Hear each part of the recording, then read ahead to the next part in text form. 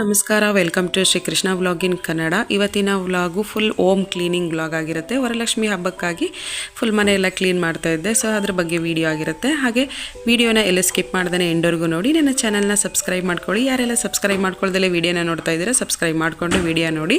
ಹಾಗೆ ಸಬ್ಸ್ಕ್ರೈಬ್ ಮಾಡಿಕೊಂಡು ಹಾಲಂತ ಓಕೆ ಕೊಟ್ಟರೆ ನಾನು ಎಲ್ಲ ವಿಡಿಯೋಗಳ ನೋಟಿಫಿಕೇಶನ್ ನಿಮಗೆ ಬರುತ್ತೆ. ಸ್ಟಾರ್ಟಿಂಗಲ್ಲೇ ಇಷ್ಟೊಂದು ಸಬ್ಸ್ಕ್ರೈಬ್ ಮಾಡ್ಕೊಳ್ಳಿ ಅಂತ ಹೇಳ್ತಾ ಇದ್ದಾರಲ್ಲ ಅಂತ ಅನ್ಕೋಬೋದು.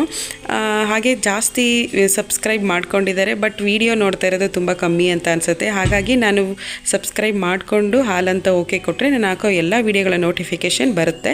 ಹಾಗಾಗಿ ನಾನು ಇದನ್ನು ಹೇಳಿದೆ ಅಷ್ಟೇ. 3 ತಿಂಗಳು ಮುಂಚೆ ಮನೆ ಪೈಂಟಿಂಗ್ ಮಾಡಿಸಿರೋದ್ರಿಂದ ಆವಾಗಲೇ ಎಲ್ಲನೂ ಕ್ಲೀನ್ ಮಾಡ್ಕೊಂಡಿದ್ವಿ. ಆದ್ರೂ ಹಬ್ಬಕ್ಕೆ ಅಂತ ಕ್ಲೀನ್ ಮಾಡಬೇಕಲ್ಲ ಅಂತ ಸಣ್ಣ ಪುಟ್ಟ ಧೂಳು ಎಲ್ಲೆಲ್ಲಿರುತ್ತೆ, ಸೊ ಅಲ್ಲೆಲ್ಲ ಕ್ಲೀನ್ ಮಾಡ್ಕೊಳ್ತಾ ಇದ್ದೀನಿ. ತುಂಬ ಡೀಪಾಗಿ ಕ್ಲೀನ್ ಮಾಡ್ತಾ ಇಲ್ಲ, ಎಲ್ಲೆಲ್ಲಿ ಸೆಲ್ಬೆ ಇರುತ್ತೆ ಸೊ ಅದನ್ನೆಲ್ಲ ಕ್ಲೀನ್ ಮಾಡ್ಕೊಳ್ತಾ ಇದ್ದೀನಿ. ವಿಂಡೋ ಸ್ಕ್ರೀನ್ನ ನಾನು ವಾಶ್ ಮಾಡಿಲ್ಲ. ಹಾಗೆ ಸಣ್ಣ ಪುಟ್ಟ ಏನಾದರೂ ಡಸ್ಟ್ ಇದ್ದರೆ ಹಾಗೆ ಕೊಡಗಿ ಇಟ್ಟಿದ್ದೀನಿ ಅಷ್ಟೇ. ಇವಾಗಿನ್ನು 3 ತಿಂಗಳು ಮುಂಚೆ ವಾಶ್ ಮಾಡಿ ಹಾಕಿದ್ದೆ. ಯಾವಾಗಲೂ ವಾಶ್ ಮಾಡ್ತಾ ಇದ್ದರೆ ಅದರ ಕ್ವಾಲಿಟಿನ ಕಳ್ಕೊಳ್ಳುತ್ತೆ. ಹಾಗಾಗಿ ವಾಶ್ ಮಾಡಲಿಲ್ಲ. ಒಂದು 4 ತಿಂಗಳಿಗೆ ಒಂದ್ಸಲ ನಾನು ವಾಶ್ ಮಾಡ್ತಾ ಇರ್ತೀನಿ ವಿಂಡೋ ಸ್ಕ್ರೀನ್ಗಳ. ಮತ್ತು ವಿಂಡೋದ ಹತ್ರ ಜಾಸ್ತಿ ಸಣ್ಣ ಸಣ್ಣ ಧೂಳುಗಳು ಬಂದು ಕೂತಿರುತ್ತೆ, ಆ ಗ್ರಿಲ್ ಮೇಲೆ ಆಗಿರ್ಬೋದು. ಸೊ ಇಲ್ಲೇ ಜಾಸ್ತಿ ಧೂಳಿರೋ ಅಂಥದ್ದು. ಹಾಗಾಗಿ ಅದನ್ನು ವೀಕ್ಲಿ ಕ್ಲೀನ್ ಮಾಡ್ತಾನೆ ಇರ್ತೀನಿ. ಆದ್ರೂ ವಿಂಡೋ ಓಪನ್ ಮಾಡಿದ್ದಾಗ ಸ್ವಲ್ಪ ಧೂಳು ಬಂದು ಕೂತ್ಕೊಳ್ತಾ ಇರುತ್ತೆ. ಹಾಗಾಗಿ ವಿಂಡೋನ ಫಸ್ಟೆಲ್ಲ ಡೆಸ್ಟೆಲ್ಲ ರಿಮೂವ್ ಮಾಡಿಕೊಂಡು ಆಮೇಲೆ ಬಟ್ಟೆನ ವೆಟ್ ಮಾಡಿ ಒರೆಸಿದ್ರೆ ಡೆಸ್ಟೆಲ್ಲ ಚೆನ್ನಾಗಿ ಕ್ಲೀನ್ ಆಗುತ್ತೆ. ಹಾಗೆ ದಿವಾನ್ ಕಾಟ್ ಸೆಟ್ ಬಟ್ಟೆ ಎಲ್ಲ ತೆಗೆದು ಬೇರೆ ಬಟ್ಟೆ ಹಾಕೋಣ ಅಂತ ಎಲ್ಲ ವಾಶ್ಗೆ ಹಾಕೋಣ ಅಂತ ತೆಗಿತಾ ಇದ್ದೆ. ಹಾಗೆ ಇದನ್ನೆಲ್ಲ ವೀಕ್ಲಿ ಬಟ್ಟೆ ವಾಶ್ ಮಾಡ್ತಾ ಇರ್ತೀನಿ. ಸೊ ದಿವಾನ್ ಕಾಟ್ದು ಸೋಫಾದು ಎಲ್ಲ ವೀಕ್ಲಿ ಚೇಂಜ್ ಮಾಡ್ತಾ ಇರ್ತೀನಿ. ಜಾಸ್ತಿ ದಿವಾನ್ ಕಾಟ್ ಮೇಲೆ ನಮ್ಮ ಋತ್ವಿಕ್ಕೂ ನಾನೇ ಕುತ್ಕೊಂಡು ಟೈಮ್ ಸ್ಪೆಂಡ್ ಮಾಡ್ತಾ ಇರ್ತೀವಿ. ಹಾಗಾಗಿ ಜಾಸ್ತಿ ಅವ್ನು ಓಡಾಡ್ತಾ ಇರ್ತಾನಲ್ಲ, ಅದಕ್ಕೋಸ್ಕರನೇ ಸ್ವಲ್ಪ ಡೆಸ್ಟ್ ಆಗಿರುತ್ತೆ ಅಂತ ಹೇಳಿ ನಾನು ವೀಕ್ಲಿ ವಾರ ಮಾಡ್ತೀವಲ್ವ, ವಾರದ ಒಂದು ದಿನ ಬೆಡ್ಶೀಟ್ ಆಗಿರ್ಬೋದು, ಹಾಗೆ ದಿವಾನ್ ಕಾಟ್ ಸೆಟ್ ಆಗಿರ್ಬೋದು, ಸೋಫಾ ಬಟ್ಟೆಗಳಾಗಿರ್ಬೋದು, ಇದನ್ನೆಲ್ಲ ವೀಕ್ಲಿ 1 ಟೈಮ್ ವಾಶ್ಗೆ ಹಾಕ್ಬಿಡ್ತೀನಿ. ಹಾಗೆ ದಿವಾನ್ ಕಾಟ್ ಸೆಟ್ಟಲ್ಲಿ ಬಟ್ಟೆಗಳಿಗೆ ಈ ರೀತಿ ಜಿಫ್ ಕೊಟ್ಟಿದ್ದಾರೆ, ತುಂಬ ಒಳ್ಳೆಯದಿದೆ. ನೀಟಾಗಿ ಬಟ್ಟೆಗಳು ಹಾಕಿ ಕವರ್ ಮಾಡಿದ್ರೆ ಯಾವುದೇ ರೀತಿ ಕಾಕ್ರೋಚ್ ಆಗಲಿ ಪಲ್ಲಿಗಳಾಗಲಿ ಒಳಗಡೆ ಹೋಗಲ್ಲ. ಚೆನ್ನಾಗಿದೆ. ಆಲ್ಮೋಸ್ಟ್ ನಮ್ಮ ಮನೇಲಿ ಎಲ್ಲ ಬೆಡ್ಶೀಟ್ ಬಟ್ಟೆಗಳಾಗಿರ್ಬೋದು, ಹಾಗೆ ಸ್ಕ್ರೀನ್ ಬಟ್ಟೆಗಳಾಗಿರ್ಬೋದು, ಕಾಟನ್ನೇ ನಾನು ಜಾಸ್ತಿ ಪಾಂಡಿಚೇರಿ ಶೆಕೆಗೆ ಕಾಟನ್ ಬಟ್ಟೆನೇ ಉತ್ತಮ. ಸೊ ಬೇರೆ ಯಾವುದೇ ಫ್ಯಾಬ್ರಿಕ್ ಬಟ್ಟೆಗಳನ್ನ ಯೂಸ್ ಮಾಡೋಕ್ಕೆ ಹೋದ್ರೂ ಒಂಥರ ಕಿರಿಕಿರಿ ಅಂತ ಅನ್ನಿಸ್ತಾ ಇರುತ್ತೆ ಆ ಶೆಕೆಗೆ. ಹಾಗಾಗಿ ಕಾಟನ್ ಬಟ್ಟೆ ಉತ್ತಮ ಅಂತ ಹೇಳಿದೆ. ಸೊ ಇವಾಗ ಸೋಫಾ ಎಲ್ಲ ಎತ್ತಿ ಅದನ್ನು ಬಿಸಿಲಿಗೆ ಇಡಬೇಕಾಗಿತ್ತು. ಹಾಗೆ ಯಾವುದೂ ಜಾಸ್ತಿ ಡೆಸ್ಟ್ ಏನಿಲ್ಲ ಅಂತೇಳಿ ಹಾಗೆ ಕೊಡಗಿ ಸ್ವಲ್ಪ ಡೆಸ್ಟ್ ಎಲ್ಲ ಕೊಡಗಿದ್ನಲ್ಲ, ಅದರ ಧೂಳೆಲ್ಲ ಇಟ್ಕೊಂಡು ಮೇಲೆ ಡೆಸ್ಟ್ ಎಲ್ಲ ರಿಮೂವ್ ಮಾಡಿ ಹಾಗೆ ಈ ಸೋಫಾ ಸೆಟ್ ಎಲ್ಲ ಕವರ್ ಮಾಡಿದರೆ ನನಗೆ ಈ ಏರಿಯಾ ಫುಲ್ ಕವರ್ ಆಗುತ್ತೆ. ಈ ಸೈಡ್ ಜಾಗ ಎಲ್ಲ ಫುಲ್ ಮುಗ್ದಂಗೆ ಆಗುತ್ತೆ ಕೆಲಸ. ವುಡನ್ ಡೋರ್ಗಳನ್ನು ಅಷ್ಟೇ ಡೆಸ್ಟ್ ಡ್ರೈ ಆಗಿರಬೇಕಾದ್ರೇ ಡೆಸ್ಟ್ ಎಲ್ಲ ರಿಮೂವ್ ಮಾಡಿಕೊಂಡು ಆಮೇಲೆ ಒಂದು ಒದ್ದೆ ಬಟ್ಟೆ ತಗೊಂಡು ಒರೆಸ್ಕೊಂಡ್ರೆ ನೀಟಾಗಿ ಕ್ಲೀನ್ ಆಗುತ್ತೆ. ಎಲ್ಲ ಥರದ ವಸ್ತುಗಳನ್ನೂ ನಾನು ಮೊದಲು ಡೆಸ್ಟ್ ಒಣಗಿದ್ದಾಗಲೇ ಕ್ಲೀನ್ ಮಾಡ್ಕೊಂಡ್ಬಿಡ್ತೀನಿ.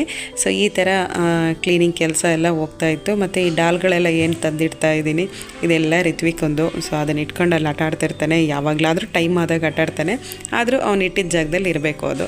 ಹಾಗಾಗಿ ಅಲ್ಲಿಡ್ತಾ ಇದ್ದೀನಿ. ಬ್ಲಾಂಕೆಟ್ ಎಲ್ಲ ಮಡ್ಚಿಟ್ಟು ಅವ್ರ ಬೆಡ್ಶೀಟ್ ಎಲ್ಲ ಚೇಂಜ್ ಮಾಡ್ತಾ ಇದ್ದೆ. ಸೊ ಬೇರೆ ಬೆಡ್ಶೀಟ್ ಎಲ್ಲ ಹಾಕೋಣ ಅಂತ ಹೇಳಿ. ವರಲಕ್ಷ್ಮಿ ಹಬ್ಬದಲ್ಲಿ ಮಾತ್ರ ಎಷ್ಟೇ ಕೆಲಸ ಮಾಡಿದ್ರೇನು ಟಯರ್ಡ್ ಅಂತ ಅನಿಸೋದೇ ಇಲ್ಲ. ಇದೇ ಕೆಲಸನ ಬೇರೆ ದಿನ ಮಾಡಿದರೆ ಟಯರ್ಡ್ ಅಂತ ಅನಿಸ್ತಾ ಇರುತ್ತೆ. ರೂಮ್ ಎಲ್ಲ ಕ್ಲೀನ್ ಮಾಡಿ ಹಾಗೆ ಅವರ ಸ್ಟಡಿ ರೂಮ್ ಕ್ಲೀನ್ ಮಾಡೋಣ ಅಂತ ಹೋದೆ. 1 by 1 ಒಂದು ರೂಮ್ನ ಕ್ಲೀನ್ ಮಾಡ್ಕೊಳ್ತಾ ಇದ್ದೀನಿ. ಸೊ ಕೆಲಸನೇ ನೀಟಾಗಿ ಕಂಪ್ಲೀಟ್ ಆಗುತ್ತೆ. ಎಲ್ಲನೂ ಒಂದೇ ಸಲ ಹಾಕಿ ಗುಡಿಸಿ ನೆಲಕ್ಕೆ ಡೆಸ್ಟ್ ಹಾಕೋದ್ರಕ್ಕಿಂತ ಒಂದೊಂದೇ ರೂಮ್ನ ಕ್ಲೀನ್ ಮಾಡ್ಕೊಳ್ತಾ ಇದ್ದರೆ ನನಗೂ ಕೆಲಸ ಈಸಿ ಆಗುತ್ತೆ ಅಂತ ಒಂದೊಂದು ರೂಮ್ನೇ ಕ್ಲೀನ್ ಮಾಡ್ತಾ ಇದ್ದೀನಿ.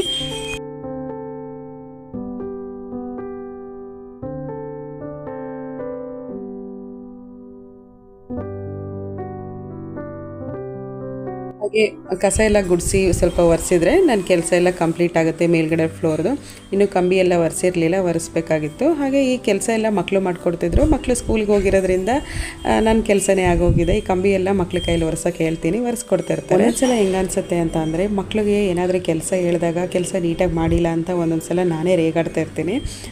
ಅಂದರೆ ತುಂಬ ದೊಡ್ಡ ಕೆಲಸ ಏನಲ್ಲ, ಚಿಕ್ಕ ಪುಟ್ಟದ್ದು ಏನಾದರೂ ಅದು ಆ ವಸ್ತುನ ಅಲ್ಲಿ ಇಟ್ಟಿದ್ದೀನಿ, ಈ ವಸ್ತುನ ಇಲ್ಲಿ ಇಟ್ಟಿದ್ದೀನಿ, ತಗೊಂಡು ಬಂದು ಕೊಡಿ ಅಂತ ಹೇಳಿದಾಗ ಅದನ್ನು ಕೂಡ ಕರೆಕ್ಟಾಗಿ ಮಾಡೋಕ್ಕಾಗ್ತಿರಲ್ಲ. ಸೊ ಇವಾಗ ಈ ಕಂಬಿ ಒರೆಸ್ಬೇಕಾದ್ರೆ ಅವ್ರು ನೆನಪಾಯ್ತು. ನನಗೆ ಒಬ್ಬರು ಕಮೆಂಟಲ್ಲಿ ಕೇಳಿದರು, ನೀವು ವಿಡಿಯೋ ಮಾಡಬೇಕಾದ್ರೆ ನಿಮ್ಮ ಮನೇಲಿ ಮಕ್ಕಳಿರಲ್ವಾ ಅಂತ ಹೇಳಿ.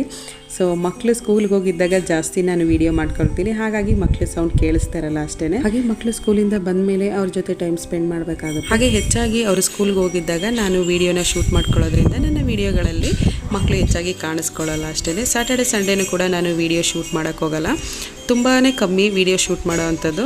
ಮಕ್ಕಳು ಮನೇಲಿ ಇರಬೇಕಾದ್ರೆ ವೀಡಿಯೋನ ಶೂಟ್ ಮಾಡೋಕ್ಕಾಗಲ್ಲ. ಸೊ ನನಗೆ ಫ್ರೀಯಾಗಿ ಇರೋವಂಥ ಟೈಮ್ನ ಜಾಸ್ತಿ ಮಕ್ಕಳ ಜೊತೆ ಕಳೆಯೋಕ್ಕೆ ಇಷ್ಟಪಡ್ತೀನಿ. ಮನೆಯೆಲ್ಲ ಒರೆಸಿ ಆದರೆ ಈ ಫ್ಲೋರ್ ಫುಲ್ ಕೆಲಸ ಕಂಪ್ಲೀಟಾಗಿ ಮುಗಿಯುತ್ತೆ. ಹಾಗೆ ಬಾಲ್ಕನಿ ಎಲ್ಲ ವಾಶ್ ಮಾಡ್ಕೊಳ್ಬೇಕು. ಹಾಗೆ ನನ್ನ ಮಗಳು ಐಲೈನರ್ನ ಒಡೆದಾಕಿ ಕೆಳಗಡೆ ಎಲ್ಲ ಚೆಲ್ಲಿ ಹೋಗಿದ್ಲು, ಅದನ್ನೆಲ್ಲ ಕ್ಲೀನ್ ಮಾಡ್ತಿದ್ದೆ. ಫುಲ್ ಕಬೋರ್ಡ್ಗೆಲ್ಲ ಆರಿತ್ತು ಅದು.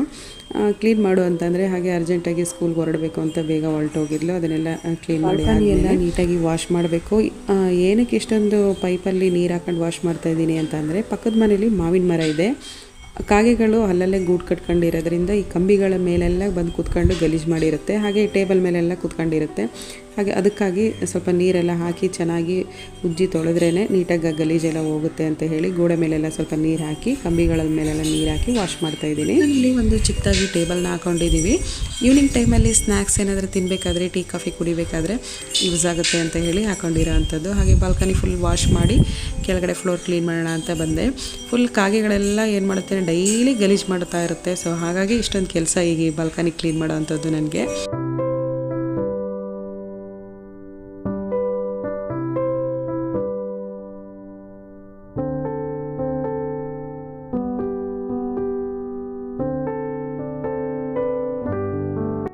ಫ್ಲೋರ್ ಎಲ್ಲ ಕ್ಲೀನ್ ಮಾಡಿ ಕೆಳಗಡೆ ಫ್ಲೋರ್ ಕ್ಲೀನ್ ಮಾಡೋಣ ಅಂತ ಬಂದೆ. ಇಲ್ಲೇನು ಜಾಸ್ತಿ ಅಷ್ಟು ಕೆಲಸ ಇರಲ್ಲ, ಯಾಕಂದರೆ ದಿನನಿತ್ಯ ಕ್ಲೀನ್ ಮಾಡ್ಕೊಳ್ತಾನೆ ಇರ್ತೀನಿ.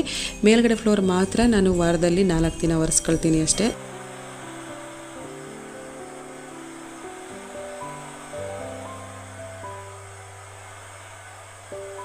ಈಸಿಯಾಗಿ ವಾಕ್ಯೂಮ್ ಕ್ಲೀನರಿಂದ ಕಾರ್ಪೆಟ್ ಎಲ್ಲ ಕ್ಲೀನ್ ಮಾಡ್ಕೊಬೋದು. ಸಣ್ಣ ಸಣ್ಣ ಧೂಳೆಲ್ಲ ಇದ್ದರೆ ನೀಟಾಗಿ ವಾಕ್ಯೂಮ್ ಕ್ಲೀನರಲ್ಲಿ ಹೋಗಿ ಸೇರ್ಕೊಂಡಿರುತ್ತೆ. ಹಾಗೆ ಈ ಕಾಫಿ ಗಿಡಗಳನ್ನ ನಾನು ಧರ್ಮಸ್ಥಳಕ್ಕೆ ಹೋಗಿದ್ದಾಗ ಸಕಲೇಶ್ಪುರದ ಹತ್ರ ಅಲ್ಲಿಂದ ನಾನು ಪಾಂಡಿಚೇರಿಗೆ ತಂದಿದ್ದೀನಿ. ಒಟ್ಟು 3 ಇದೆ, ಇನ್ನೊಂದು ದೊಡ್ಡದು.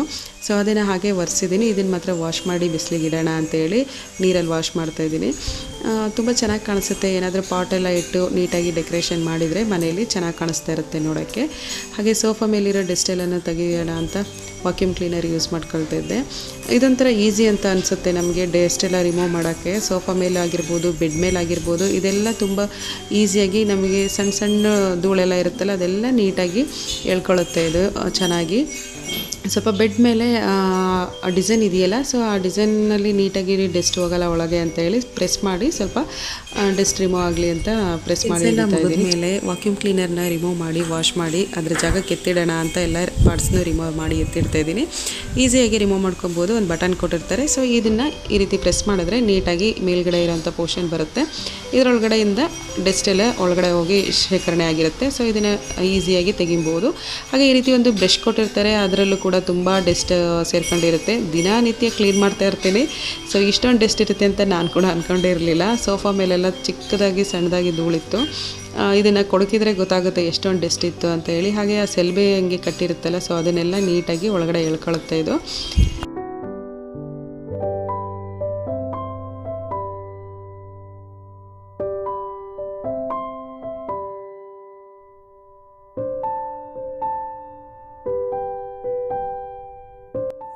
ಒಂದು ಚಿಕ್ಕ ಮರದಷ್ಟು ಧೂಳು ಸೇರ್ಕೊಂಡಿತ್ತು. ಹಾಗೆ ಬೆಡ್ ಮೇಲೂ ಅಷ್ಟೇ ಧೂಳಿತ್ತು, ಹಾಗೆ ಸೋಫಾ ಮೇಲೂ ಅಷ್ಟೇ ಧೂಳಿತ್ತು.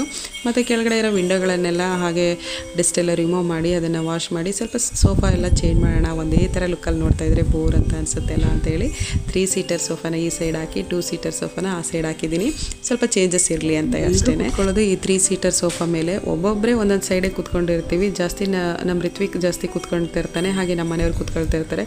ನಾನಂತೂ ಸಿಂಗಲ್ ಸೋಫಾ ಮೇಲೆ ಕೂತ್ಕೊಳ್ತಾ ಇರ್ತೀನಿ. ಒಂದೇ ಸೈಡ್ ಕೂತ್ಕೊಳ್ಳೋದ್ರಿಂದ ಒಂದೇ ಸೈಡು ಜಾಸ್ತಿ ಯೂಸ್ ಆಗುತ್ತಲ್ಲ ಅಂತ ಹೇಳಿಬಿಟ್ಟು ಈ ಸೈಡ್ ಹಾಕಿದ್ದೀನಿ. ಸೊ ಆ ಕಡೆ ಎಲ್ಲ ಸೈಡು ಯೂಸ್ ಆಗುತ್ತೆ ಅಂತ ಹೇಳಿ ನಾನು ನೋಡಿರಲಿಲ್ಲ, ಹೊಡೆದೋಗಿದೆ ಅಂತ ಒರೆಸ್ಬೇಕಾದ್ರೆ ನೋಡಿದೆ. ಹಾಗೆ ಚಿಕ್ಕದಾಗಿ ಒಂದು ಸ್ಕ್ರ್ಯಾಚ್ ಬಿಟ್ಟಿತ್ತು. ಸೊ ಅದನ್ನು ತೆಗೆದು ಇಡಬೇಕು. ಫುಲ್ಲಾಗಿ ಕ್ಲೀನ್ ಆಯಿತು. ನಾನು ಫುಲ್ಲಾಗಿ ಒರೆಸೋದು ಗುಡ್ಸೋದು ಏನು ತೋರಿಸಿಲ್ಲ ಕೆಳಗಡೆ ಫ್ಲೋರ್ದು. ಸೊ ಬೋರ್ ಆಗುತ್ತೆ ತುಂಬ ಜಾಸ್ತಿ ಲೆಂತಿಯಾಗಿ ಹೋದರೆ ವಿಡಿಯೋ. ಹಾಗೆ ಡೈನಿಂಗ್ ಟೇಬಲ್ ಎಲ್ಲ ಕ್ಲೀನ್ ಮಾಡಿ ಸ್ವಲ್ಪ ಇದನ್ನು ಕೂಡ ಚೇಂಜ್ ಮಾಡಿ ಇಟ್ಟಿದ್ದೀನಿ. ಇವತ್ತಿನ ವ್ಲಾಗ್ ಸ್ವಲ್ಪನಾದರೂ ನಿಮಗೆ ಇಷ್ಟ ಇದ್ದರೆ ನನ್ನ ಚಾನಲ್ನ ಸಬ್ಸ್ಕ್ರೈಬ್ ಮಾಡ್ಕೊಳ್ಳಿ. ಹಾಗೆ ಪಕ್ಕದಲ್ಲಿರುವ ಬೆಲ್ ಐಕನ್ನ ಕ್ಲಿಕ್ ಮಾಡಿ ಹಾಲ್ ಅಂತ ಓಕೆ ಕೊಟ್ಟರೆ ನಾನು ಹಾಕೋ ಎಲ್ಲ ವೀಡಿಯೋಗಳ ನೋಟಿಫಿಕೇಷನ್ ನಿಮಗೆ ಬರುತ್ತೆ. ಸಿಗೋಣ ಮುಂದಿನ ವ್ಲಾಗಲ್ಲಿ. Thank you for watching.